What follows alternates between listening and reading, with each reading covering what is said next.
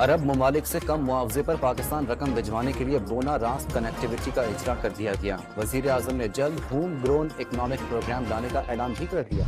पाकिस्तान को 3 से 5 साल के दौरान IMF को 6 अरब 30 करोड़ डॉलर कर्ज वापस करना होगा।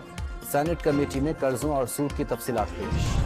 PTI ने NOC वापस लिए जाने पर आज तरनोल में शेड्यूल जलसा मौखर कर दिया। इंतजामिया ने सख्त हिदायत के साथ 8 सितंबर के जलसे के लिए इजाजत दे दी। इस्लामाबाद में एहतजाज के पेश नजर इंतजामिया और पुलिस अलर्ट, कंटेनर्स लगाकर रास्ते बंद, शहर भर में आम तातील, मेट्रो सर्विस भी बंद कर दी गई।